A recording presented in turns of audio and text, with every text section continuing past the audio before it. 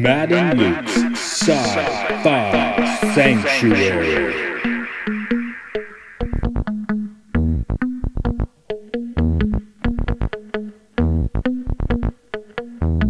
The year is 3013.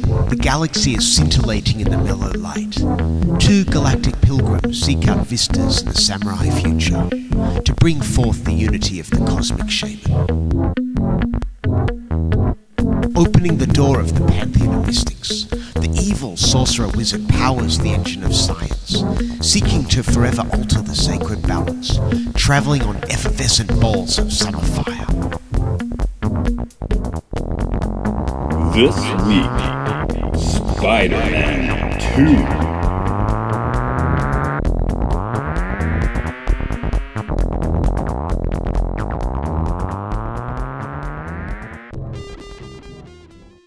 In the year 2004, wow, shut up, Bugs!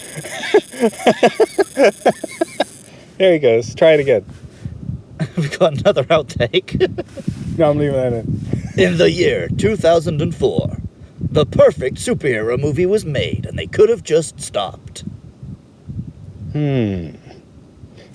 It's a good one. I think we'll get to that. Okay. I don't know if it's been bad. We'll get to that. We'll see.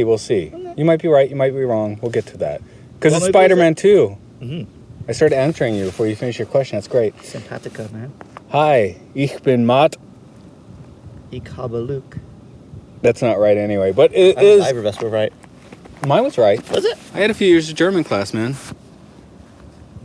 What was mine? Oh, I have Luke.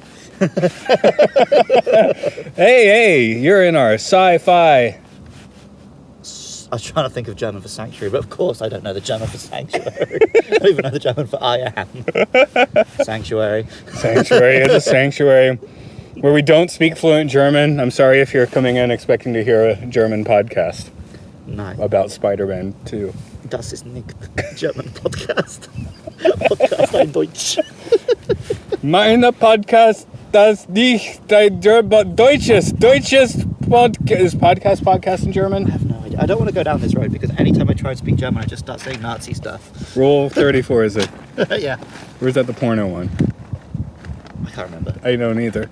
No, the Hitler one is called like Someone's Law. Yeah. I think Rule 34 is the porno one. Okay. Because I sometimes go to the website rule34.com. Yeah, I first saw this movie.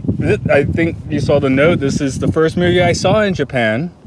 Ah. Right. My first movie in Japan was also a Marvel movie. I saw Black Panther. Some people might say that perfected it more. I don't, but I mean it's a good movie, but Oh, it's very fun. I think I don't like it quite as much as everyone else. Let's put it that way. But I like it. I really liked it as a film. I didn't like the CG forest thing we're constantly using. It just didn't. You can just film in the woods, guys. You always have to film in Georgia.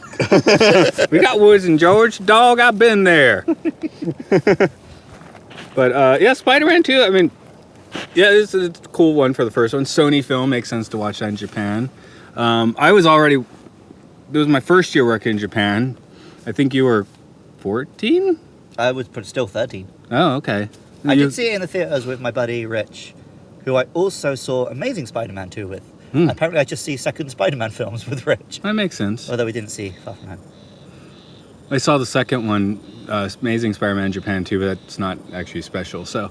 Yeah. I also, after watching the Amazing Spider-Man 2, the walk from the cinema to the pub afterwards, he managed to convince me, no, it was not a good film. But I was in denial for the whole walk. Like, no, this was okay, this bit was good. And, by the time we get this, like, it was pretty bad. I don't know at what point I kind of fell off the wagon with that one. Because I enjoyed it watching. I was like, oh, they're going like Ditko Spider-Man, which was cool. Because this movie doesn't. This movie is still very much like we want to like reinvent some cinema to do some Spider-Man. Well, it is still very Silver Age in its own way, though. Yeah, it's got those panel drop scenes, shots or whatever. So, but get into that. I don't think I need to mention again how fucking huge a Spider-Man nerd I am, do I? Yeah, we did that when we did Spider-Man 1. I fucking love Spider-Man. He's my boy. I think you even did the pub story there, but whatever. Probably. Oh yeah, this morning I was on Skype with my parents, and my mom apparently found a pile of comic books, so she was just holding it up and like, keep it or get rid of it. That's where she held up issues of the Otriclots I mentioned last week in Godzilla. I think I said no to most of the Superman because it was long hair Superman. And I didn't remember any stories, so like if I don't remember, and one, I can read it online if I really want to. Yeah. X-Force went down the drain. You know, take it to the thrift store. Now I'm like, yeah, go ahead, take it to the thrift store. I just don't care anymore, right? Right. I couldn't. There was one Spider-Man I simply didn't recognize, and there was one bag with like just issue 2 of Ultimate Spider-Man, so I said no to that. But since everything else that was Spider-Man, I was just like, we were doing this thing, I'm like, I can keep it. I've got quite a few Spider-Mans at home, but like not as old as yours, like Spider-Verse through Spider Island through Spider-Verse, so like 5-6 years ago. A few. And I've got all of James Roberts' Transformers comics. Okay. And they are not getting rid of them. Right. A few of these were the McFarlane Spider-Man, right? I like those. Yeah, well that's the thing, I was born in 1990, right? So my Spider-Man is 90s Spider-Man. Yeah. Maybe a bit of 80s Spider-Man because I had my uncle's comics. And then there's this one, it was kind of beat up. Like, I remember it's beat up. It's always been beat up since, like, 1990. But it was, so I should have said I get rid of it. But it was that Mysterio story where, like, the office is upside down. It was even a reprint. It wasn't even the original. I was like, no, you can't get rid of that one. I've got at home in my apartment here in Japan, Amazing Fantasy issue 15. But it's a reprint. Yeah, when Rob visited Canada last year, he picked up a copy. They had, like, just full reprints of that and Amazing Spider-Man issue 1. He kept the Spider-Man, gave me the Amazing Fantasy. That's but still it's cool. got like everything, like the original adverts, the original. Ah, okay. So it's freaking ridiculous, like strength serums on every other page and shit like that. Because I went through a few months ago reading online like the Marvel Masterworks ones, and it got too depressing. Because Spider-Man does get a little depressing. Yeah. Just Kind of. because Well, that's that's the charm these too. but- films get, which neither of the other two quite do. Yeah, Peter's lame. Yeah, maybe too lame, but like his life is meant to be pretty fucking lame. Yeah. Unfortunately, Tobey Maguire is also very lame. Yeah, and then I guess for me, Tom Holland does get a nice balance of lame and doing But it then right. he's got freaking Iron Man's millions behind him. That's true. Tom Holland's Spider-Man is a class traitor. Okay, this Spider-Man's not a class traitor, but where did he get that suit? I mean, Yeah, I know. Tony's wouldn't have ridden up in the crotch. That is one thing I love about Tom Holland is his homemade suit. Well, he got lucky and then No, but his became a class homemade traitor. suit Yeah, looks yeah. like homemade by a 15-year-old. I love that. That's what he has to wear at the end of his first movie too, or his first solo movie, I should say. Oh yeah, because it's Civil War. And then, yeah, I guess Spider-Man 3 just made everyone hate Spider-Man for a few years. As things are supposed to make everyone hate Spider-Man. We all know this. So See, I like Spider-Man. there's a meta 3. See, people throw Spider-Man 3 in with like Batman and Robin. Yeah, It's not Batman and Robin. No, for our hate month, I brought up Batman and Robin, right? I didn't Yeah. bring up Spider-Man 3 because I don't actually hate Spider-Man 3. If I was going to bring up a superhero film, it would be X-Men Origins. Is it the worst of the Spider-Man trilogy? Yeah, Yeah. but it's not as bad as it's. I think its Venom was crap. Its New Goblin was misjudged. Sandman was perfect. Sandman was great. Oh, And yeah. Black Spider-Man was just a bit too much of a cunt. I was just talking about how I want to cut down on the swearing in this podcast. Pointless C word. God damn it. There's another one. Okay. Oh, see, I don't even count God damn it as a swear word. No. I'm from the UK. Radio. We're all blasphemers. Right. Now, see, I'm from the deep south. I'm from the part of the deep south with people that don't talk like this all the time, son. But yeah, it's still around, right? Yeah. Whoa! Like my university had like a creepy cult church trying to recruit you. I'm using you as my. Sorry, there's a bag flying around, so I'm using you as my anchor. Well, I mean, I come from Hot Fuzz Town, but I didn't quite kill Wickerman. Okay. You're double plotting because I double plotted. Okay. Now you're double plotting. It's Spider-Man 2 plot. You're gonna do it freeform, are you? Yeah, I've seen this film a lot. Okay, he's gonna freeform it.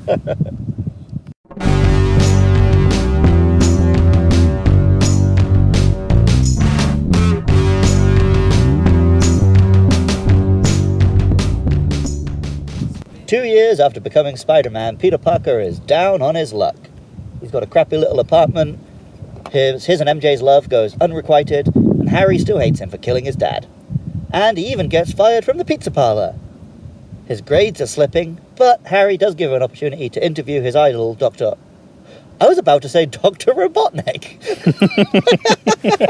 Close enough. Dr. Octavius. And then they go and see Octavius' new fusion generator. But things go terribly wrong. Octavius' wife is killed. The experiment is a flop. And Octavius' 4 robotic arms are fused to his spine, making him Dr. Octopus. Meanwhile, Spider-Man is having trouble getting it up. And he realizes, with a little help from a doctor, that maybe he just doesn't want to be Spider-Man. So, he packs it all in, he starts reading poetry, he goes to watch MJ's show, but she's already going to marry John Jameson, the astronaut who alas never gets to become Man-Wolf. Then, Dr. Octopus decides that he needs more tritium, which apparently is like the rarest element on Earth, but also is somehow going to fuel the future for free. So he goes to Harry. Harry says, you can have it if you bring me Spider-Man. He says, how do I get Spider-Man? Harry says, you got to go to Peter. So Dr. Octopus goes to Peter, kidnaps Mary Jane. And then, a big fight on a train. Dr. Octopus knocks Spider-Man out. Harry's going to kill him, but then realizes he's Peter Parker, lets him go and rescue MJ. Harry goes and rescues MJ. Dr. Octopus rediscovers his humanity, turns off the machine. Peter Parker's like, oh, no, I can't be with you because I'm Spider-Man. It's dangerous. But then MJ's like, I've been kidnapped twice without being your girlfriend, so what difference is it going to make? And then she runs to him. She doesn't say, face it, Tiger, you've just hit the jackpot, but she does call him Tiger, so that's close enough. And he carries on Spider-Man-ing. Bing, bang, boom. What you going to do? Bing, bang, boom, bing, bang, boom, bing, bang, boom, bing, bang, boom.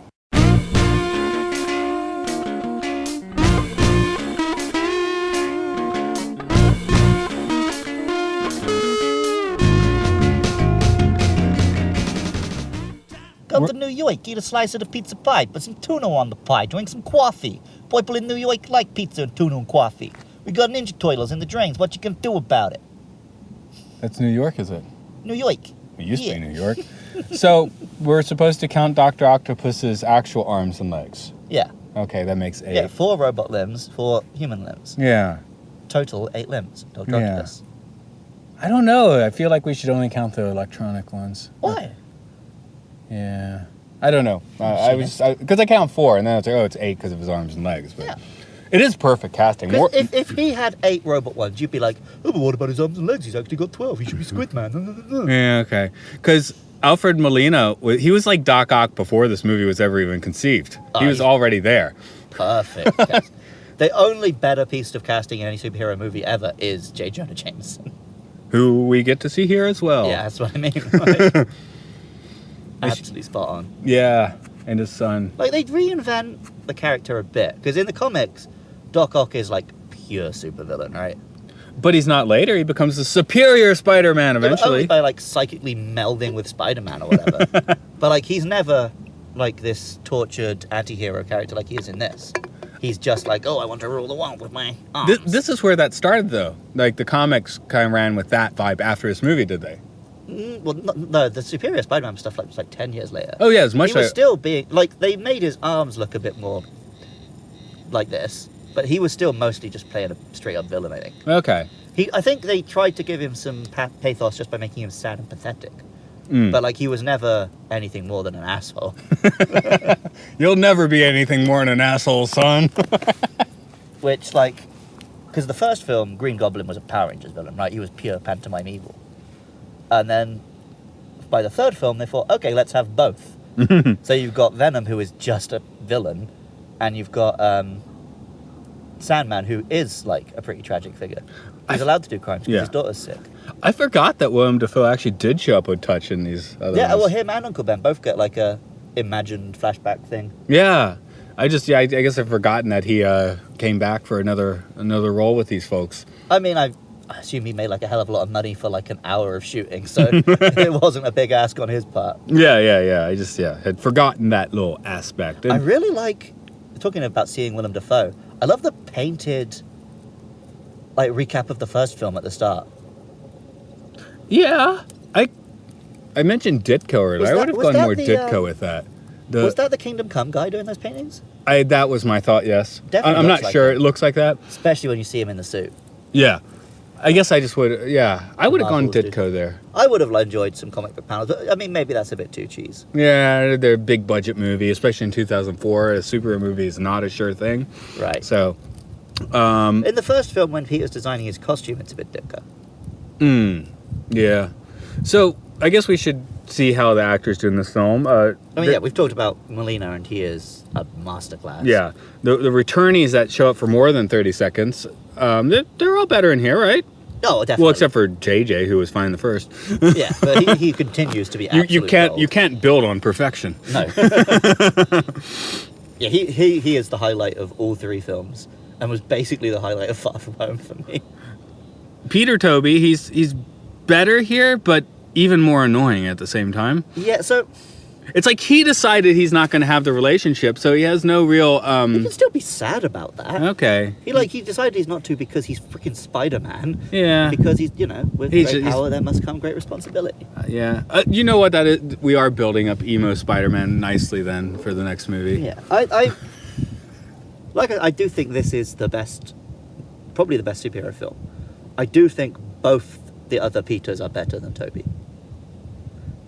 I think it's a combination of, it's set in like 2002, 2004, but it's so Silver era. I think he's not believable as a nerd in that era, right? The way Right. the other two are. Okay. And the- Spider-Man is meant to be a loser, but he's also meant to be likable. And a lot of the time Peter is not in these films. Andrew he's like a Garfield creepy is weirdo. not. He doesn't come across as much of a loser. I like in a those bit, yeah, movies. not enough. Yeah, that's his issue. Like I'm I've often heard it put, and maybe I'd agree. Tobey Maguire was the best Peter, Andrew Garfield was the best Spider-Man, and Tom Holland is the only one who gets them both right. I actually think Tom Holland is best at both. Yeah, honestly, I'm going to go with that. My problems with those films are elsewhere. His like the acting here is kind of I guess it hasn't aged quite as well. I don't think there's any bad acting, but it's not quite in the modern era of very naturalistic movie dialogue. They've gotten a little more subtle in their plot machinations. Where Yeah, here yeah. it's so like, ba-bum, this just happened, But right? it works, right? This feels It is a like comic book movie.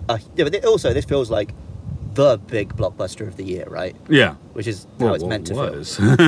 Yeah, exactly. Were there any other bigger movies than this in 2004? Shrek 2 made No, more that money. doesn't count. I mean like a Gonna blockbuster. Sit here and tell me Shrek 2 does not count as a masterpiece of cinema, and we're going to have a falling out. How about Shrek the Third? I honestly, I could barely remember Shrek the Third or Shrek Forever After. yeah, okay. And I can't remember any just remember Shreks, Do the Rock. to be honestly. Shrek 2. No, yeah, this film was so there's some cheese, but it works. It serves the film, right? It's a deliberate stylistic choice. But they have kind of massaged it and made it a little more subtle. Like they can still feel a little cheesy, but like roll a little smoother, I think, these days. Yeah. So that does date the film a touch. No, we put this on, it's about 5 years ago, I think. And I still enjoyed it, but it definitely struck me, this film isn't dating as well as it could. Because we just watched Godzilla. That movie's not dated at all. There's no dating in that movie. Right. That is the original Godzilla, by the way. We're not Then talking about a again, sequel. where has there been, since Godzilla, what other serious monster films have there been?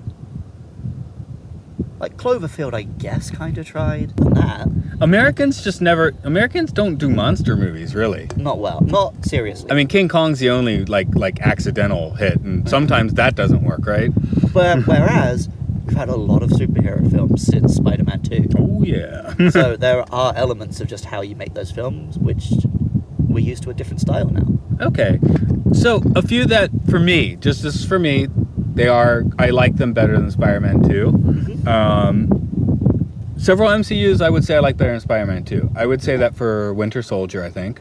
Civil War, the Captain America sequels, interestingly. I like both of those, but they almost don't even feel like superhero films to me. I think like Homecoming's a little too small in a good way, but Yeah, I this liked is that, more but- epic. Far From Home was too removed from real Spidey Yeah. because he's in another country. He's far from home, right? Oh yeah, and he's so wrapped up in the Iron Man Avengers shit, right? Yeah, it's good, but yeah, it doesn't feel doesn't like quite work as a Spidey. For a Spidey movie, yes, this is still probably the best one. But those few minutes in Civil War really do it for me.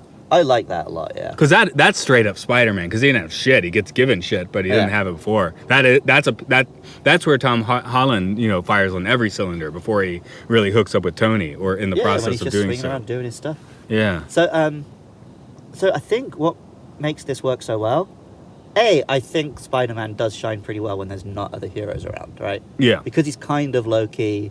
Like, within the MCU, he's not a big deal.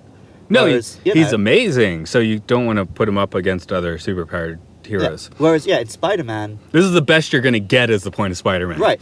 He's pretty good. He's amazing, but this is the best you're going to get. Of New York. That's it. He's just like... And he's so tied to New York, right? So Far From Home, where none of the film even takes place in New York, that's not Spider-Man.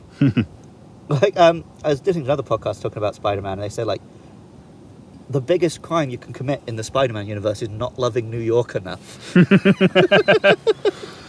Yeah, this is the more... But no, it's that you see him just being super heroic. Just stopping minor crimes, saving people. I really like Amazing Spider-Man. You don't really see him Spider-Man in it. Yeah. You just see him try and hunt down Ben's killer and then fight the supervillain. But you don't really see him just going around helping people. He's a vengeance machine. Well, by the end, I think the idea is he's meant to have learned the proper lesson. Yeah. But you don't get to see it. And then... This Spider-Man loses his job helping people. Yeah, a lot of the MCU ones, you don't see them just going around helping people, right? Right. That was my main problem with Man of Steel. I really like Man of Steel.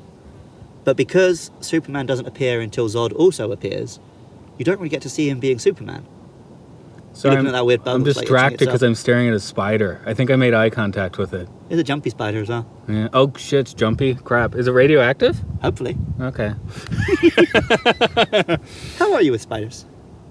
Apparently, I don't care too much because I'm just watching this one crawl around. Yeah, you freaked out when I told you it jumps, though. Yeah, well, I don't want it jumping. I don't think he'll jump on you. Okay, we'll see. I used to be way more scared of spiders than I am now, but Is there a spider on my back? No, there's a little flying thing. Oh, okay. We're still on the side of our mountain, folks. Yeah. The bugs have really woken up since our first recording today. I used to be pretty scared of spiders, apart from in the context of Spider-Man. So Spider-Man comics and movies can have loads of close-ups of spiders. They just don't bother me. Because I don't know why. It was... Because you want to be hip with the spiders, because you're hip with Spider-Man, that's why. But also because since I started hiking and I've had to deal with so many fucking spiders, I've kind of gotten over it. Yeah, I still like to go Indiana Jones. I say snakes, man. I was walking a few days ago and a snake, there's a snake. And my wife kind of flipped out a little bit. I was like, there goes the snake. Bye-bye. Over this week I saw a snake and 2 lizards, so I had a good week for animals. Right. All we're seeing up here are bugs. Yeah, hella bugs. Lots of rocks, too. It's very, Okay, I've got no idea what we were talking about. We got distracted by a real spider. Yeah. We were. That spider is real. We were on actors, but we were talking about MCU films for some reason. Because you're calling this the gold standard of superhero movies, I'm not going to shoot you down on that. I'm just trying to throw out some other possibilities, right? Again, I know there might be other ones which are a better film. But not a better Spider-Man film. Or a better superhero film. Because this one deals so much with the being a superhero element. Yeah.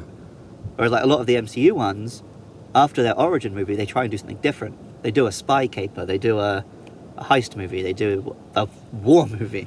Not many of them just deal with, here are some superheroes being super heroic. Well, when this movie was made, it was the way you made the superhero sequel at that point was we just bump it up a few notches. That's and you do the try to quit story, right? The what? The I want to quit story. Oh, right. Spider-Man 2, Superman 2. Yeah, this movie did kind of cement that as a cliche for a bit, didn't it? Yeah. Because Batman Forever had it, right? That was I was going to say, the Dark Knight trilogy but... did it smartly, because the problem they always have, you do the origin story, the one where he wants to quit but decides not to, and then by the third film you're like, what? I don't know. So Dark Knight split the quitting story over 2 films. Works well. Yeah. Because here you got Spider-Man 3, it's about, I don't know. Superman 3, it's about, I don't know. Yeah, this does have a lot of echoes of Superman 2, doesn't it? I think that was... intentional? Sam Raimi has said that was part of his inspiration. Okay, that makes sense, because it really does stick out like a thumb there. But it also is adapt, there's some exact fucking panels from comic book issues. Oh yeah, Spider-Man No More. Yeah. Yeah. There's another, what's the other big one? There's another big one. It was on the Wikipedia page and I've forgotten it already. Okay, I saw it in the movie when I watched it. Okay. Yeah. You can tell us what that was, or we'll remember it. Well, another specific panel? Yeah. Was it the Dr. Octopus scream? I don't think so. It was very close to Spider-Man No More shot. Oh, okay. Well, the bin and there's the trash can one. That's the super crazy Yeah, obvious one. yeah. There's another one real close there that I think I noticed. Oh, I don't know. I know a lot of the time, just when he's swinging and stuff, they will start with a comic book panel and recreate that, and then do the other frames. That might be it. That might be it. So there's a lot of poses and stuff which Yeah. are straight up from the comics. Maybe at the end when he's like on the... There's that shot of him on the crane, which is like such a Spider-Man comic book cover. Yeah, that's not I what will I think, say, but I agree. talking about Toby, he looks much more Spider-Man shaped in this film. In the first film, they tried to make him look too bulky muscular, whereas this one, he's more skinny muscular. Yeah, he's supposed to be sinewy and... Yeah, I remember all three films looking like the first one. But that's not true. In this one, he does look way more like Spider-Man. Yeah, he looks pretty good. Just the whole rib for your pleasure vibe's still a little weird. But Yeah. Well, whatever. the best Spider-Man costume is Amazing Spider-Man 2. You might be right. I still kind of like the first one. Because it just breaks a few rules. Yeah, I like it because I've got a lot of nostalgia for it. But it doesn't look like Peter could have made it. No, we know what the costume Peter would have made looks like. Because we saw that in home. Well, that's the thing. I like it best in the comic books when it is just drawn like a luchador mask. Steve Ditko was good at that. It looked like he was wearing a mask. Well, you don't have to sell me on that. I've already brought him up twice here. I actually think the best live-action Spider-Man costumes are like the TV ones, because it just looked like a costume, right? I have that one. Yeah, that's it. You The have that one one. that me and you have kind of looks more like a Spider-Man costume than anything the big films have done. Yeah, really. Because they're like, oh, we've got these millions of dollars, we better spend them. Peter Parker doesn't have millions of dollars to spend. At least in Amazing, they tried to show you how he made it. It's Spider-Man. Even though it takes some ridiculous jumps. Right. Hey, the internet, you can get stuff on there. Yep. You use Bing to find them.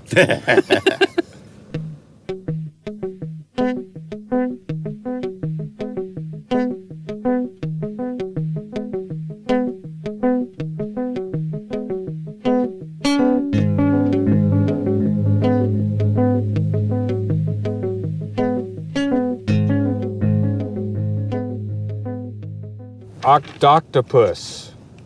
Cocked-octopussy. I want to do Moonraker before Octopussy, though. Yeah, I mean, for sure. Moonraker counts as sci-fi. To be fair, most Bond does. Yeah. Laser beam watches and all that stuff. Yeah, I want a laser beam watch. How does Dr. Octopus get punched in the face so much despite having no superpowers? And how did Peter Parker not get kicked in the dick? Oh, yeah, right? I mean, he's like hardcore stupid with MJ in this one. And it still works out for him. Yeah, I know. See, I can totally get Peter's side of that relationship. What does she see in him? Well, I mean, the implication, definitely is in the comic books, is she knows all along that he's Spider-Man, right? The newer ones worked out in this film, she says, like, oh, I think I always knew. No, you didn't. But I really like that about the character, both in the comics and in Zendaya's performance. It just makes her more of a proactive character. Yes. She figured out and went after him.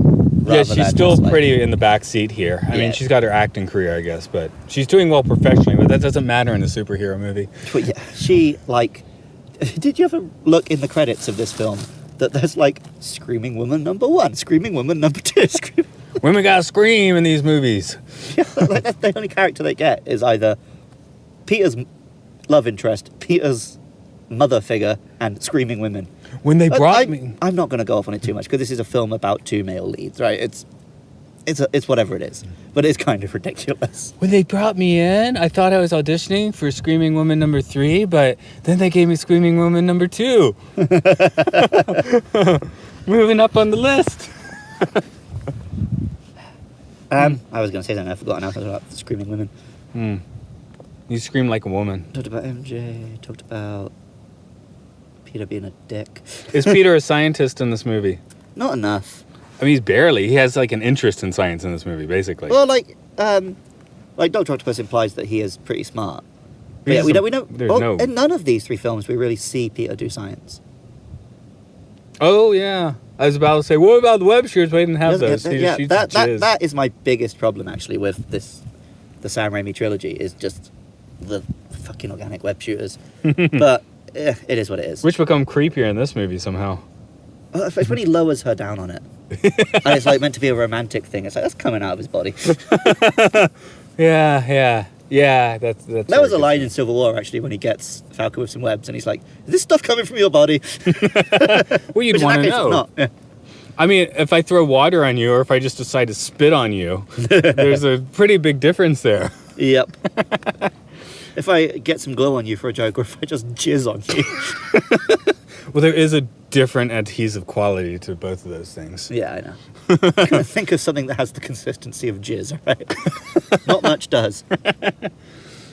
Natto. Yeah. Fermented soybeans in Japan, that has a consistency. I can say with confidence I prefer the taste of jizz to natto. Okay, finish that story, son. You're not finishing that story. Oh, we had the tempura jizz, remember? Oh, we've all eaten whale jizz, haven't we? Crap. Also, I've licked jizz off a boob. Okay, there we go. Yeah. Whale jizz wasn't that bad, was it? I didn't like it conceptually. I didn't know what I was eating till like 2 months later. That's my issue. So Also, we had the conversation with Matty. Well, how do they wank off the whale? And then Rob's like, no, Matty, they kill the whale. Oh.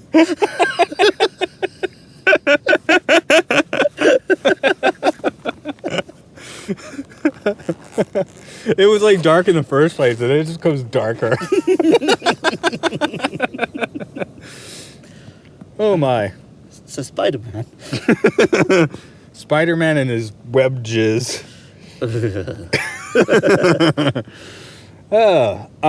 Hey, here's because Harry's never really a villain here. He's just like thinking about being one in the future. So this is like the only superhero sequel that just sticks with one villain. That's nice. Yeah. During writing, they kept trying to shoehorn in other villains. And Sam Raimi just wanted to do one. And I tell you what, this film definitely has over most of the MCU. A director. Well, MCU gets the director, and they do something good, and then they just start telling them what to do, and the director, like, pisses off, right? Right. There's a couple of films in the MCU which do feel like they have some authorial... Yeah, again... With basically Guardians and Thor Ragnarok. Yeah, well, the Russo brothers seem to do pretty well. But by playing by the rules. Yeah, but they do it well. They do the tweak, like you're saying, like, okay, now it's a spy heist, right? Yeah. But again, they're never shot with much, like, creativity. Joss Whedon did quite well with Avengers and then got totally shoehorned for the second one and then left. Yeah. But, like... Black Panther's director, he seems to get a few nods. But then it just did way too much green screen and it kind of lost it. Yeah, okay. But yeah, the thing with the MCU films, and I've heard them described this way a lot, they're good, but they feel more like a very long TV series. Right. Than films, than like motion pictures. Is that why I don't watch TV anymore? Maybe. Okay. Well, yeah, because a lot of cinema now is just ongoing TV, right? Yeah, it's like I don't have time for the TV anymore. Well, and also because you keep watching stuff for this podcast. Yeah. All I watch is things for this podcast, Star Trek, and totally bizarre things on YouTube. I'm almost the same. Like I watched a bit of TV recently. Rides. Oh yeah, that reminds me, subscribe to our Patreon and we'll make Matt stream Five Nights at Freddy's. We also need to make a Patreon for that. Yeah. Well, tell us you want that to happen. We'll see. There's sequels too. Crap. Yeah, there's like five nights. Yeah, I know. Oh, there's one for each night. It's like it's a whole month of Freddy's. Take weekends off. Yeah. I almost forgot James Franco was in this one. I mean, I knew he was here. Right. And he's good, and it does... Well, I think that's the Spider-Man 3 sin. It was supposed to pay off, and it really didn't. Right. Well, because they kind of chickened out of making him ever be much of a villain. Right? Like, he attacks him at the start, then he really dumb bloody knock-on-the-head amnesia stuff. And then at the end, Peter's more a villain than Harry is in that film. Yeah, really. I mean, that was kind of just this movie built him up to be like a fantastic. James Franco is another an actor that he could have given us another great Goblin. Yeah. He would have been fine. The Amazing Spider-Man especially 2 if they got a better mask. Yeah. Or if they'd done what they should have done all along, which is like not have a big power. I don't even remember his face on I display. don't even remember the Goblin from Amazing Spider-Man 2. All I remember is Jamie Foxx as Blue Electro. And the dubstep song that tells you what he's feeling. Spider-Man is my enemy. Yeah, it wasn't a good movie, was it? It could have, it should have. Why wasn't it? Oh well. Studios. Woo! Yeah, which is what this film had, is Sam Raimi was enough of a director and a force, and it was enough of his movie, that, yeah, he did, the studio wants some action, I'll give him some action, but he could say, like, no, I just want to do one villain. No, I want to do this plot. No, I want to make a film. He made a, whip out your phone if you need to, but he made a film between the Spider-Mans. Did he? Simple Plan? Did he make Simple Plan? It's like Coen Brothers. I'm not sure. I know he's made a lot more films than people think. People just think Evil Dead Spider-Man and he disappeared, right? But, Yeah. Oh, he made Jack and the Beanstalk, or Jack and the Giant Killer, excuse me. oh, Jack is that the was Giant Killer. filmed in my hometown. Yeah? Was And he? my buddy was an extra in it, but then his scene was cut. Oh, was he Oz? Who made Oz? No, but James Franco was in that. I don't think he made it. Oh, okay. I just want to get the Raimi, because he has a pretty wide variety. Not quite George Miller Oh, yeah, wide, he's but... doing the new Doctor Strange. Oh, that's cool. Really? Yeah. Oh. Between the... Drag Me to Hell, Dark... Oh, he did do Oz. Okay, I'm right. Give me the between the Spider-Man sequels. Oh, these are... Jack and the Giant Killer is Bryan Singer, by the way, not Sam Raimi. Oof. Yeah. Oh, crap, I said his name again. Didn't give you, like, a chronological list? Not Oh, crap. directly in Google. I've actually got to go into a website. Yeah, okay. I think he made, like a pretty like, just a, hard drama between the Spider-Mans. I know that... so these are a trilogy of films where I have watched with the director's commentary, because I fucking love Spider-Man. They talked about how, even when they're making this, sort of between Sam Raimi and Peter and Tobey Maguire and Kirsten Dunst, talking about, okay, yeah, we have to make the big budget action movie, but let's try and make our little indie drama at the same time. Which you even mentioned in your notes, like there are scenes where it's like, you said like, oh, bloody indie shit, go back to the Spider-Manning. Nope, Spider-Man and Spider-Man 2, nothing in between. Okay, But all three Spider-Mans. Drive me. I'll go a little earlier. Oh, Simple Plan, I was thinking. Yeah, of. 98 was Simple Plan. Oh, crap. My chronology is way off. But yeah, he's pretty all over the map, but in a good way. We will have to... Darkman was before Army of Darkness, I didn't know that. Yeah, Darkman's old. Liam Neeson doing his original badass shtick. Yeah. Before he got off it for a few years, then got back to it later. So now he's just... Is Liam Neeson a joke now? Liam Neeson's a little bit cancelled. Okay. He still gets to make straight to DVD action films though, right? Yeah, well, because he said some stuff that was pretty racist, but like kind of couched in how it was, he used to think it and he doesn't agree with it anymore. Oh, okay. Well, honestly, I haven't been watching But his yeah, films like he for hasn't years. done anything good since The First Taken. Right, okay. That was a long time Which is ago. only accidentally good anyway. We just keeps making Taken over and over again now, right? Yeah, Okay. including the 2 sequels. Okay. I mean, he made Silence? That was fairly recent, wasn't it? Who? Liam Neeson. I don't know. I just told you Yeah. I don't... He did one where he was a missionary who came to Japan and was killed or whatever. Oh, that's I think Scorsese, is it? Maybe. I think that's a Scorsese film. Yeah. Oh, he But got... also that might be longer ago than I think. Yeah, but then he would have found himself into a real film. It was definitely before any canceled days. I Yeah. think. It was 4. I'm going to say 4 years ago. Not... Okay, so probably after The First Taken. Yeah. Why are we talking about Liam Neeson? Spider-Man 2? We haven't yet. Okay, rock on. So, when I left the theatre after this film, initially I was actually quite disappointed. Really? Remember, I was 13. Okay, I came out liking it. But, no, that's the thing. I came out thinking, it was okay. And then, as the next week went on, I was just thinking about it more and more, like, oh, I want to see that film again. Oh, that train bit was so good. And I liked that first catch. Oh, and I love the stuff people... And I realised it's because this film's action doesn't climax at the climax. Just like Godzilla. Yeah. Or, The climax is Matrix the train, Revolution, is it? something like that. Was that? The climax is the train, is Yeah, it? the Okay. height of the action in this film is the train. Yeah. Because the final solution is not... Choose your words carefully. yeah, I know. I noticed this as I said it. He doesn't defeat Dr. Octopus. He saves him. Yes. Which Homecoming did as well. And I loved it in Homecoming because I was Yeah. old enough to appreciate, right? Mm. Because Spider-Man is a hero. His deal is using his power to help people. So the best Spider-Man stories, sure, he fights because he has to, but his objective is never like, I got to beat this guy up. So when you're 13, you want Spider-Man to have something for Doc Ock's ass. Yeah, right. Which, like we talked about in the first Spider-Man, that final fight is just like a knockdown brawl, right? Yeah. It's just pounding on him. Whereas, he can't do that to Dr. Octopus because he's not actually superpowered. So once he starts punching him, he's done. So you do get a bit of that. There's the bit where he's in the water and he's just holding him and punching the shit out of him. But like, once Spider-Man and Dr. Octopus are fighting mano a mano, Spider-Man's gonna win. So that the climax isn't about him defeating him; it's about him saving his soul. Converting him. Which is also my favourite Star Wars movie, Return of the Jedi. Because the climax is not just, I can do better violence than you. And so, yeah, now I really love this film. But Did you mean to say Return or Last Jedi? Return of the Jedi. I also like Return is now your top. Well, Last Jedi is my favourite. Okay.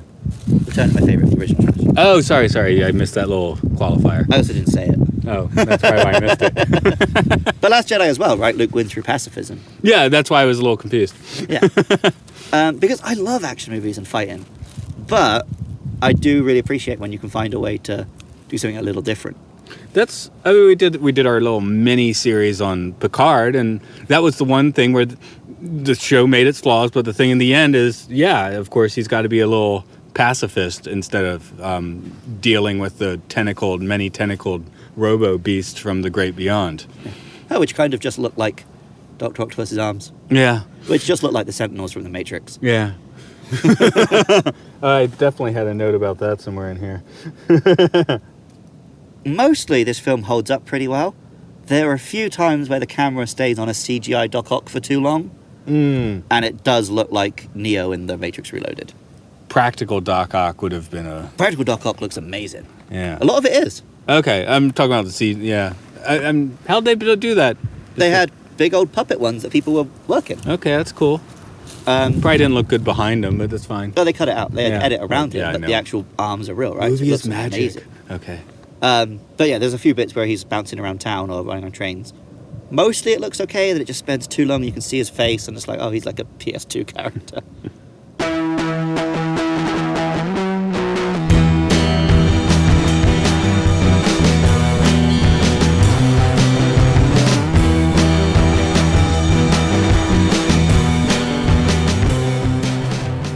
One of my favourite things is when Matt doesn't cuck me by making me re-record a segment. But one of my other favourite things in these films is you have a lot of those characters who do that knowing look. Like, I know you're Spider-Man, but I respect you enough not to say it. I think this film has the most of those. Because you got Robbie Robertson, he knows. Right. Aunt May, she knows. And Spider-Man's doctor, he knows. I don't know, I like that. But because superhero films don't like spend so much time wallowing in the superhero tropes anymore, you don't really get it anymore. Yeah, the secret identity is definitely not the focus of a modern superhero flick. That's just like a thing. Like, Yeah, it's but not even a lot of secret, them don't even have it, right? Like, I guess Iron Man gives his identity away at the end of the film. Well, I was about to say, that's where Thor's it a freaking really comes god. through. Yeah, he's a god. He didn't care.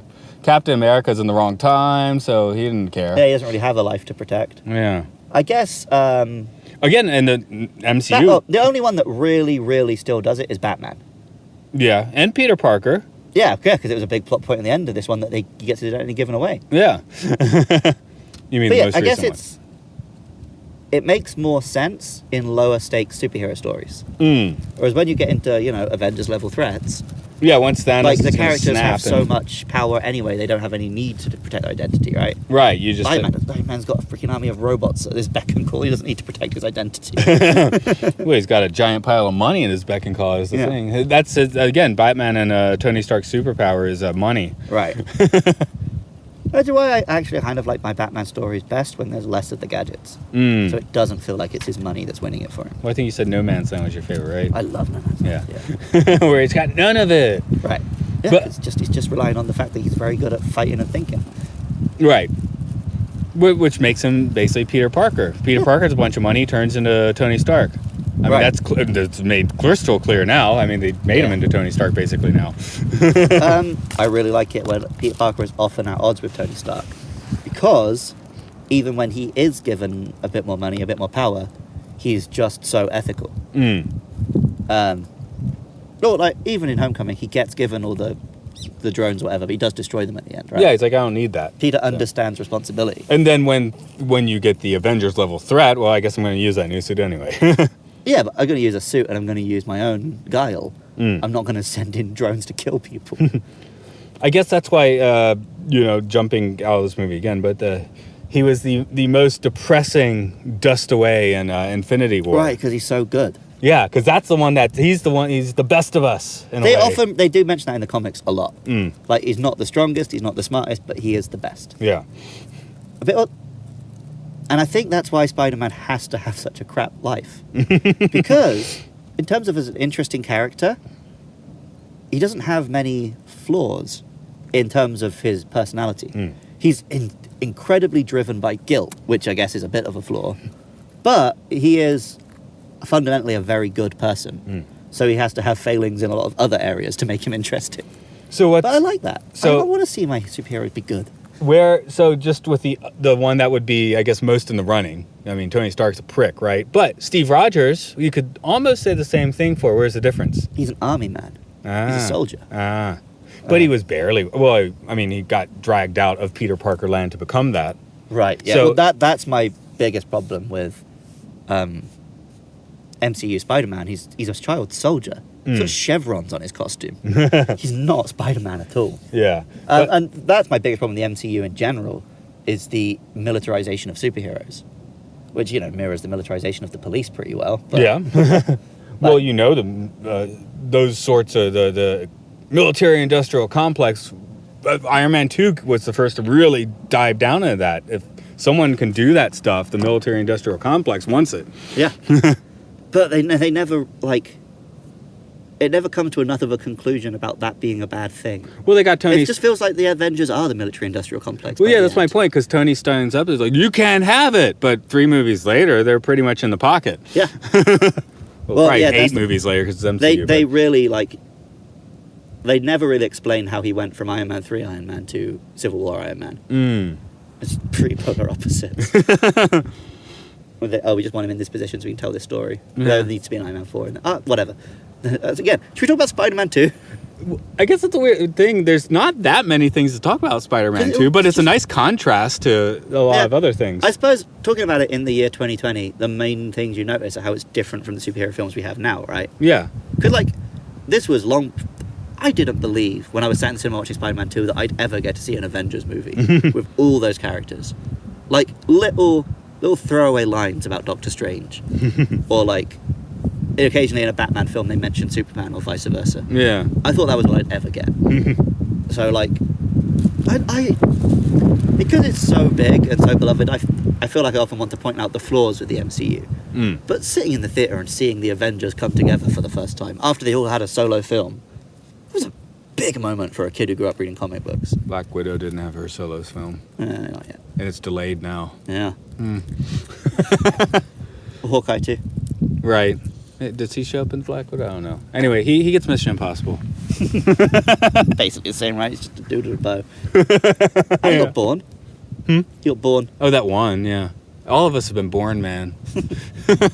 Secretly, we are both born. What? We're just waiting to take down the deep state. Yeah. So this movie I guess it doesn't get geopolitically deep, which I guess is what blockbusters are supposed to do on a shallow level now. It's like you make the motions that you're geopolitically deep while never you're actually not. Say anything. Right, exactly. Sorry, I've almost thought I was giving too much credit, but I wanted to back down on that a bit. They give shade, or they at least make a motion that they're thinking about it without Whereas saying this one much. is humanly deep. Right. The characters all feel like characters with emotions. Yeah. Peter is an idiot, but you get it. I had my senior year spring break where I pulled a few of those Peter rumbles. My love life right up until the age of 18 was pure Peter Parker. And then, I came out of my shell and now I'm an absolute, sex god, but I wasn't always. Sorry, what did I write? I have it's under a rock there. Okay. Yeah, happy birthday. I'm seeing someone now. I think I heard that more than once. But that's the charm of Peter Parker. I guess that's the charm of Peter Parker versus Steve Rogers, because Steve Rogers doesn't really seem to care much about having a human life, where Peter totally does. Well, it's because he lost his human life. Yeah. Well, yeah, maybe that is it. It's that Captain America doesn't feel like he's sacrificing anything to be Captain America. Well, he's already made a sacrifice. He sacrificed his whole life. Right. So now, but Peter Parker is constantly having to make the choice Yeah. to do the right thing rather than what would make him happy. Yeah, where Steve Rogers has totally been thrown in a situation where he could pretty easily do the right thing because, I'm older than all you dumb youngins. Yeah, what's he got to lose? And like this is literally his day job at this point. Yeah, this is his second life anyway, so. And then, like you said, he has the military backing and all that, so that does make a difference. And again, like you said, Spider-Man in the MCU has the Tony Stark backing, which is pretty much the same thing. Yeah, but yeah, that's why I think Cap is my second favorite Marvel character. Oh, maybe Magneto. I like Magneto a lot. Yeah, it's different vibrations there. Yeah, Magnetism. I don't necessarily want to be pals with Magneto. Sit and play chess with him in the park or whatever. Then again, do I really want to be friends with Peter Parker? That sounds like bad news.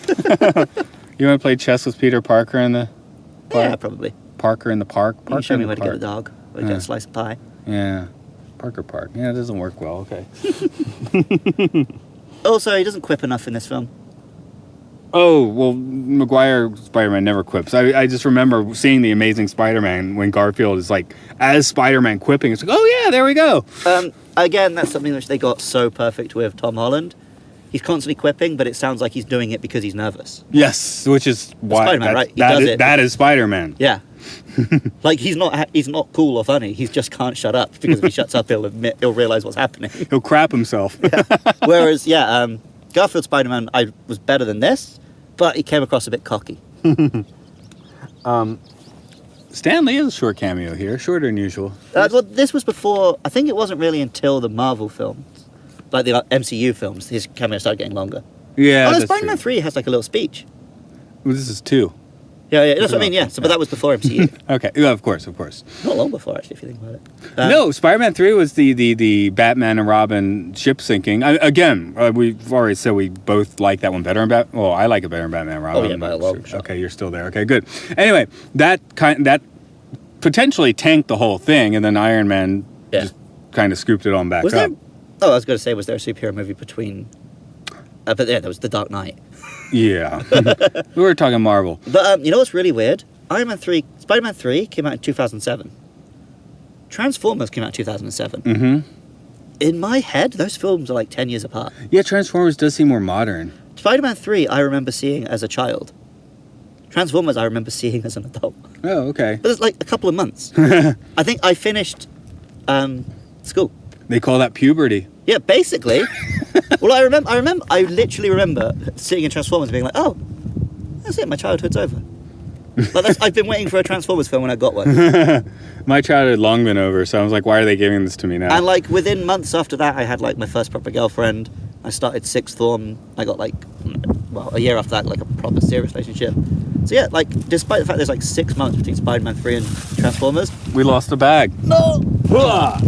Yeah, they feel like they were years apart. And I think it is also just the films themselves, right? Transformers looks modern, and Spider-Man 3 looks a little anachronistic.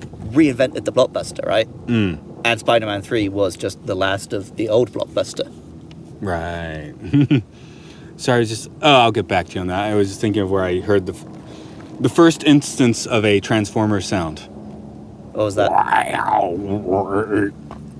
REM song, What's the Frequency, Kenneth? Oh, really? Yeah, I'll have to listen to that later. Yeah, it has that sound. I was listening to it in the car a few days ago. I was like, hey, that's a Transformer sound, kind of. Huh. Sort of. Maybe not quite, but... To me, the Transformer sound will always be... But... Okay. That's not the one that caught on.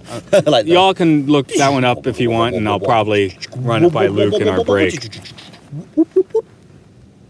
I thought you wouldn't let that loose till we actually did Transformers. I'm going to be gushing so much in Transformers.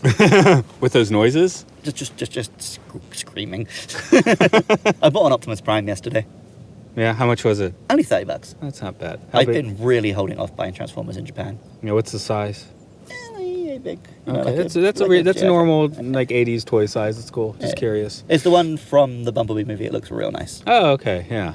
the one made to look like your childhood, but not quite. It's a little bit slightly different. Yeah. It's a little more. What's it? Yeah. Well, I don't know. I've got a lot of Transformers in the. That's the thing. I've got so many Transformers. I don't want to make another collection that big again here in Japan. And if I start, I don't know if I can stop.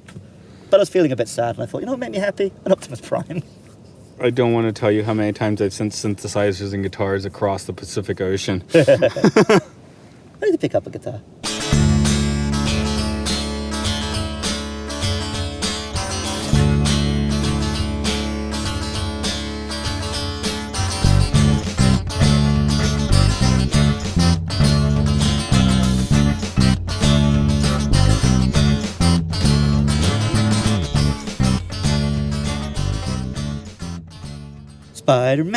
Spider-Man does whatever a spider can.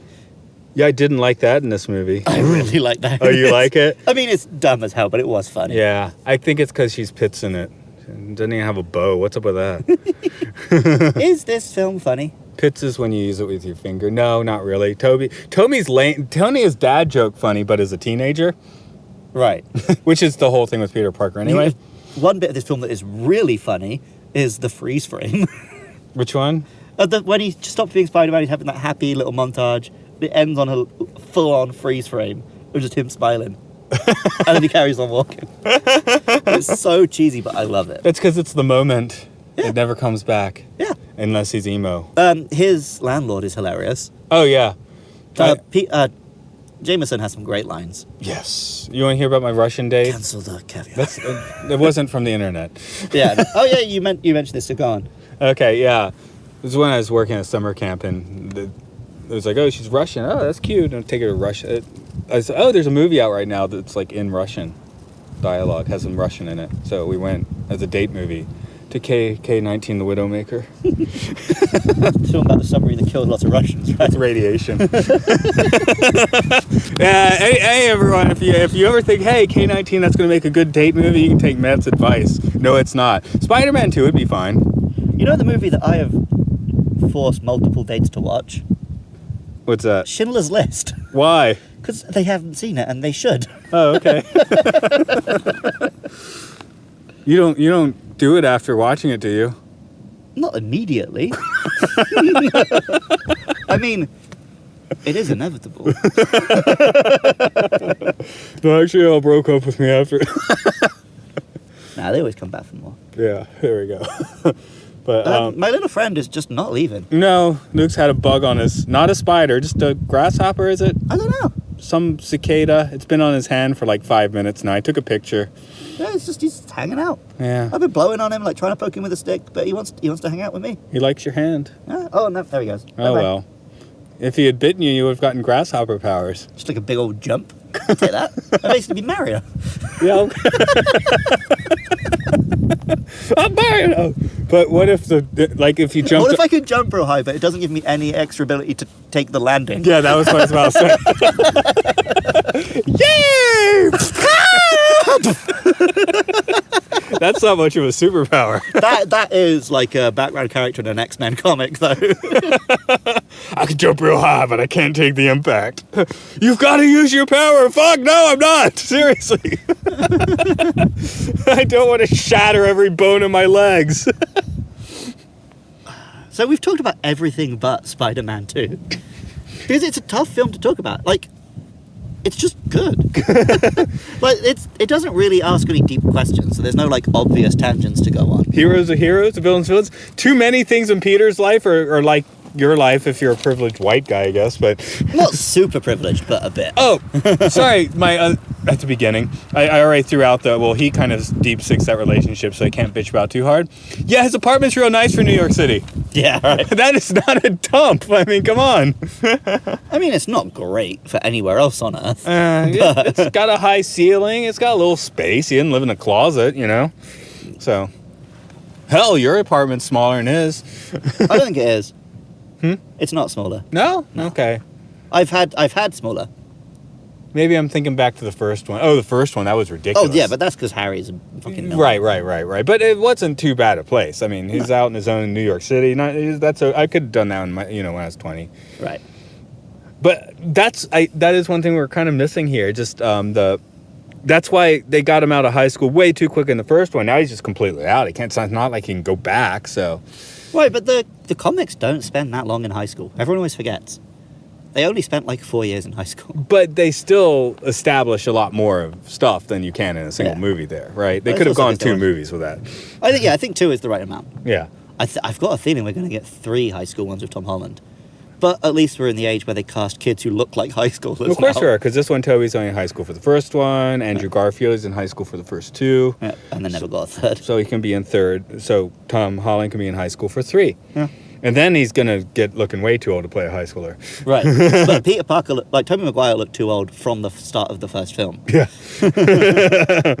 It's like, that Never Been Kissed Drew Barrymore movie where she's a reporter and has to go back in high school. That's what Apart Peter from that, Parker's everyone doing. at that school was doing that. Was he just going to like remedial high school for like 30-something idiots? Probably. Yeah, maybe union laws have changed. You can exploit children more so that you can cast age-specific people in your movies. Because I don't think... I bet if you look at it, Tom Holland is not that much younger than Maguire was. Yeah, probably not. It's just that they're better at casting people who look the right age now. Yeah. I think maybe it's just they just thought like, people don't want to look at a kid in their superhero movie. They want him to look like a man. I've always had the idea that everyone's face is kind of geared for like a certain like age decade. Right, yeah. Like it doesn't matter what age this person is, they're always supposed to be in their 30s, or it doesn't matter Right, what well, age, see, yeah, they're always supposed to be like a little old man, right? I've always felt like I'm kind of growing into looking good at like 40-odd. Mm-hmm. I got kind of like a deep brow and stuff. Yeah. So Toby's probably for the 30s. Right. That's why I did No, Gatsby. I think it is 20s. Yeah, late 20s. He's a bit too boyish to be... Yeah, okay, I got you. I can't see him Yeah, as a 20s, man, 20s. Okay, gotcha, you know? gotcha. Right. DiCaprio's Gatsby co-star probably had the 30s going for him. Yeah. Yeah, because his boyish always looked a little funny, so when he got a little older, it worked. Yep. Tom Holland Andrew Garfield, he doesn't look that, young. He looks like the knowing young dude, but... Yeah. Well, So- they were trying to make him freaking Edward from Twilight in that film. Yeah. They were trying to make him too sexy to be Peter Parker. I was once hanging out with a girl in California, and we went to one of her friend's house, and there's people, it was like a weird commune or something, but anyway, someone strolled in, it was like this kid, high school kid, and playing saxophone. I was like, God damn, this kid's like 17, he's cooler than me. Every now and then I meet a student who's like that. He's like, oh yeah, top grade, sports star, plays an instrument. Yeah, so... But most of them are like... So Andrew real Garfield dudes. was that guy, right? Yeah. That's the thing. He's supposed to be dorky Peter, but that's the kid that's a little cooler than you. They use that in Social Network, right? Yeah. But again, it's because like the sort of the 60s Spider-Man version of the nerd doesn't quite exist anymore. Right. Or at least if he does, he's not the hero anymore. Yeah, he's Napoleon Dynamite dancing now. Yeah. Or he's just shooting up his school. Yeah. There's a really good, from the Straczynski run comic, where like Peter meets a kid who you think is going to be like another Peter Parker, and he tries to shoot up the school. Oh, yeehaw. He needed a radioactive spider in his life, I guess. Well, Then he was shot him with. Ben. Then he was shot him with like from the body webs. Yeah. There was a good what if where Flash got bitten instead of Peter. And Peter basically ends up building the Dr. Octopus suit to defeat him. I remember reading that at some point. Yeah, that's a good one. That's an old one, isn't it? I used to like what if. Yeah. And Marvel Team Up, which was originally pitched as 2 different superheroes every month, but was always Spider-Man and someone else. Oh yeah, it was, wasn't it? Yeah, they did a full 120 issue run and it was always Spider-Man. Why not? I always remember they had Spider-Man and Wolverine in the late 80s when it particularly didn't make sense. That was fun. Oh, apparently we might get Daredevil in the 3rd Tom Holland one. We might get what? Daredevil. Oh, like the one from TV? Yeah. Okay. I guess that's cool. I like those two I like together. that show, yeah. There was a good issue in one of the big cosmic events where Daredevil and Spider-Man just sat on a roof and watched because they couldn't help. Well, yeah, Daredevil is kind of like the more hardcore Peter Parker. But they're both like the street level guys. Yeah. But Spider-Man somehow he translates to getting involved in the big stuff a bit better than Daredevil does. Well, because Daredevil's under the law. Also that. Yeah. So here's the thing, J.J. Jameson, he is right to do what he does. He's making a buck off it. But Spider-Man should be held accountable. Right. I don't the best J.J. Jameson stuff is when he's never treated as like a villain. Like the first Spider-Man film, there's that great bit where he won't give Peter up. Because he is a good guy. he's making Spider-Man's life hell, but Spider-Man is an unelected pike guy who's just swinging around town doing vigilantism. Someone needs to make sure that, and like, people have argued that, yeah, like Jameson is part of the reason why Peter stays good. Because he's constantly challenging him to prove that he is on the right side of history, right? And this one works. Again, perfect casting. So it brings all that through. Like, you don't hate this guy. He's he's a bit of in your face, but whatever. Yeah, right. All the characters in this work because each character in their own head is right. Yes. Yeah. Everyone's motivations are clear, basically. Yeah. Except for MJ falling for Petey at the end. That doesn't make any sense. Yeah, I guess. But again, if you accept that she knows he's Spider-Man. Yeah. Okay. Right. But yeah, otherwise everyone's motivations are very clear in this movie, which is definitely a plus because people are, why would they do that? Why does he do that? That comes up in what's supposed to be great TV and movies now. But here, there's none of those questions except for that particular one. Well, and also because the previous film had the Green Goblin, who was such a pantomime villain. He wants to rule the world or something, right? Whereas no, Dr. Octopus is just a guy who just wants to build his machine. Building a new machine, yeah. How does this hold up now? Are we wrapping up? Do you got another I think major we're wrapping point? up. Okay, yeah. how does this film hold up now? Really well. Yeah? I think so. I don't think we quite agree on this one. I don't disagree. I feel like a few seams are showing these days. Effects-wise, yeah, and the dialogue isn't quite but as even good as it was. just the acting style seems a touch antiquated now. Maybe, but I think I just like that it is a style. Like Alfred Molina has a lot of nuance, but at the same time, he still has a little bit of mustache twirl, Yeah, but I guess because I go into it wanting that. And it delivers, right? Yeah. And like the way it's shot, like there's like the bit where it zooms out from the glasses or random little freeze frames or weird wipes. Those are Raimi touches, hardcore. Yeah, but I like that you can tell a person made this. Yeah. Right? And Yeah, so there's many not so films much of these a days you voice. can't. Yeah, I guess that's why Nolan still holds up so well, and why Yeah. we're hopefully doing a Nolan month soon. And we'll be doing Nolan regardless. We're just not sure if we're going to do that full month, because nobody knows what happens in movie theaters anymore. But Yeah. but yeah, that's only... Is he the only blockbuster with a voice anymore? I'm trying to think. Joss tried to have one, but he got kind of silenced. Because he got himself in with the studios too much. I mean, I don't particularly like him, but Zack Snyder. Yeah, he's got a little bit of one. He is a great cinematographer. He's a terrible director. I like his Watchmen more than everyone else does. Yeah, I think obviously it's not a touch on the comic, but I like it. His Dawn of the Dead is fantastic. I really like Man of Steel. I don't really like Man of Steel, but I'll give that as being a decent enough film to put in a feather in his cap, especially since the next one is going to Sucker Punch You, which also isn't a very good one. I actually haven't seen Sucker Punch. I tried. That's one I didn't even get through. That's different. What's the title in Japan? It's Angel something. Oh, I don't. You know what? Michael Bay. He's got a voice, yeah. It's mostly explosion voice, but... I don't go to a Michael Bay film for anything else. Right? Yeah. I want to see the robot smash things, and goddamn, he delivers that. That's more of like, you're going to get that in his film. Pain and Gain was quite good. Yeah, but a lot of people seem to misjudge that one. People seem to act like he was like trying to, like, you were meant to root for these guys, but I'm pretty sure he's making a classic, like, these guys are bad film. But as far as, we're talking an actual filmmaker voice, which Sam Raimi has, Christopher Nolan has, Wes Anderson does, but he's never quite a blockbuster guy, is he? No. He's like blockbuster indie, so. What other blockbusters have we had recently? We don't have many more. Well, the guy who does the Guardians films. James Gunn. Who was cancelled and then put back on the air, was he? He manages to have a voice even in the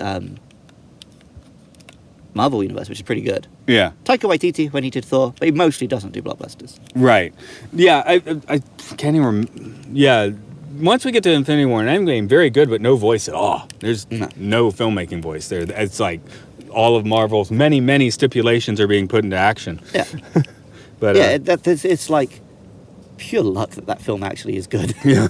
Well, that's what, like we were saying, the Russo brothers are very good, but not at like having a voice and making work. They're just good at somehow getting this like huge mechanism to pump out something decent. Yeah, I would argue Winter Soldier and Civil War had a bit of voice in it, but maybe it was a little co-opted, put into the Marvel formula. Again, they had a voice in their writing. I don't think they do in their cinematography. Yeah, okay. Which is the thing that Sam Raimi really has, which Zack Snyder really has, which Michael Bay really has. Yeah.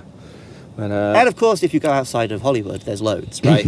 Like if you watch like Chinese films and stuff, Yeah. of course there is. But Yeah. Bottom was that? line here is if you have any interest in watching a Spider-Man film, one, you've gotten this far through our podcast, you've probably seen it, and by some weird chance you haven't, you need to. So yeah, I think just as one solid piece of film, this is the best Spider-Man.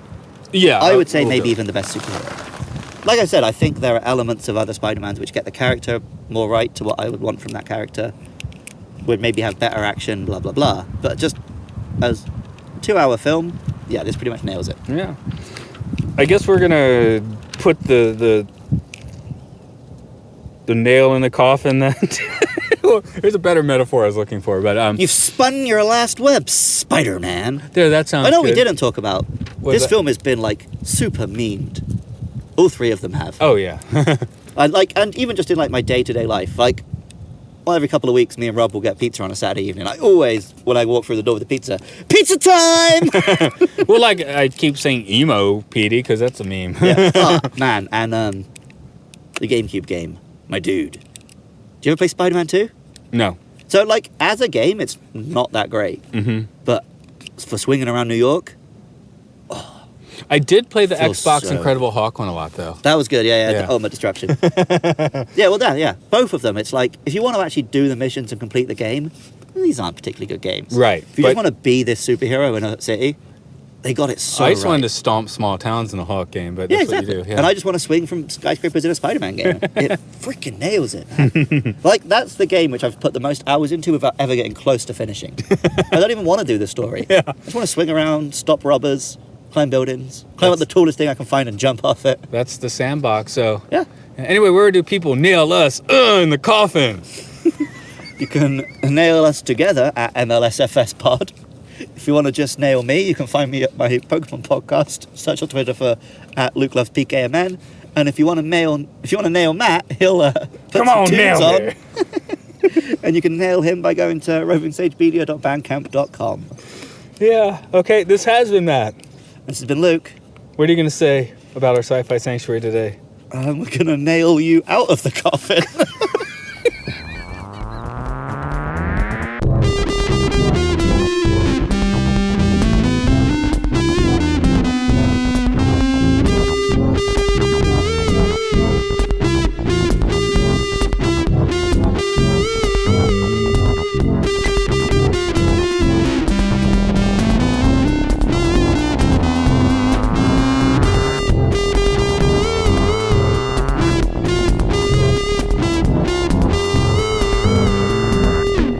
Next week, we're sending you back to the future.